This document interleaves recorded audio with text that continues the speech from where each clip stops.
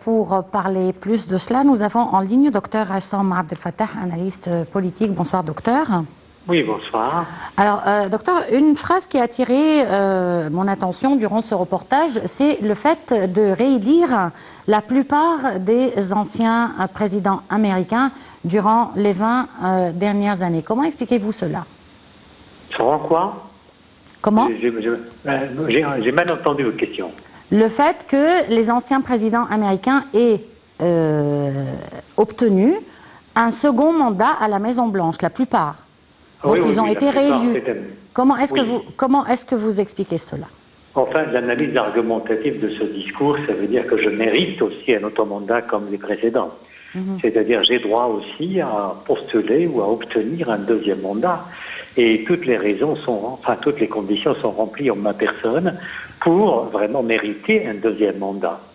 C'est-à-dire que par exemple pour les autres présidents eux-mêmes qui avaient des projets en tête, des projets par exemple pour améliorer les conditions sociales et économiques aux États-Unis, il leur fallait par exemple avoir 2 mandats pour mener à terme leur expérience présidentielle.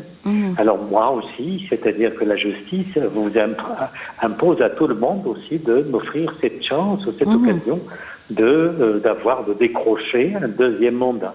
Donc vous voyez, c'est une orientation argumentative dans son discours pour dire exactement, je mérite d'obtenir un deuxième mandat, c'est légitime pour moi, et ce serait injuste de votre part si vous ne me permettez pas vraiment d'obtenir ce mandat. Oui, ça c'est de la part du candidat, bien entendu.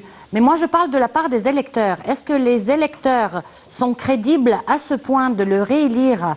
Je ne parle pas du président Donald Trump, moi je parle en général. Alors que des points importants de son programme n'ont pas été exécutés sur le terrain?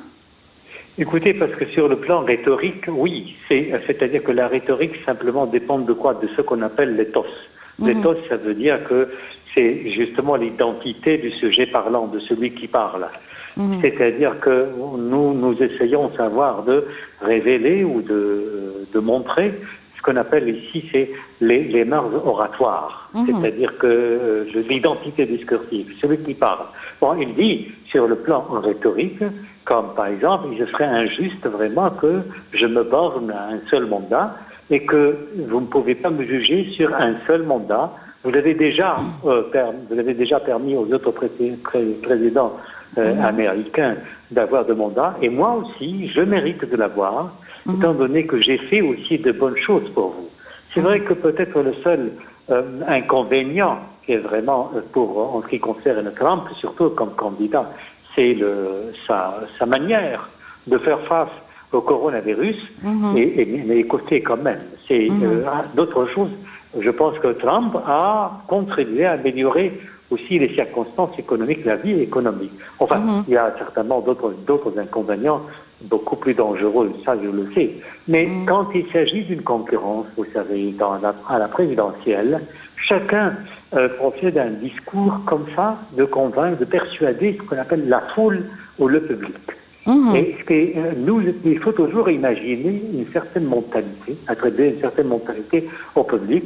Le public, généralement, est disposé à être persuadé ou bien à être, affecté par ce genre de discours rhétorique. Et la preuve, c'est que quand même, Trump, c'est vrai que jusqu'à maintenant, pour les statistiques données, montrent que si Biden peut-être avance un petit peu, mais vous savez, il faut jamais se fier à ce genre d'élection. Il faut se méfier des statistiques parce que on ne sait jamais à la dernière minute que se passera-t-il. On ne peut pas savoir. Bon, concernant ce que vous venez de mentionner pour la pandémie du Covid-19, comment expliquez-vous que les États-Unis aient été le pays vraiment le plus gravement affecté par cette crise? Oui, parce que c'est un pays ouvert. Il y a toutes les nationalités du monde. Il y a des Chinois, viennent aux États-Unis et beaucoup de nationalités. On n'a pas vraiment fait une nationalité homogène. Et c'est peut-être certains des facteurs qui a contribué énormément à la propagation de cette pandémie aux États-Unis. Et puis, on pouvait s'attendre à ça. Mais vous savez que du jour au lendemain, en fait, ces statistiques changent. Les États-Unis, vraiment, c'est un grand pays. Et le problème, c'est que la pandémie commence à envahir tout le monde. C'est-à-dire, c'est pas seulement aux États-Unis, mais le taux en général était très élevé aux États-Unis, même en Amérique latine, et maintenant actuellement en Europe. Jusqu'à maintenant, on a besoin vraiment de davantage d'informations, surtout scientifiques, pour étudier ce phénomène, la propagation. La propagation, à un moment donné, par exemple, est énorme, est immense dans un pays, et puis quelques jours plus tard ou quelques temps plus tard, on voit que la pandémie se déclenche dans un autre pays, et puis après le taux baisse. Donc vous voyez, il y a des hauts et des bas dans ce sens. Bon, dernière question, Dr Essam Abdel Fattah, puisqu'il nous reste très peu de temps. Est-ce que la victoire de Donald Trump ou de Joe Biden changera quelque chose pour le Moyen-Orient et plus particulièrement pour l'Égypte? Absolument. Moi, je pense que oui, bien sûr.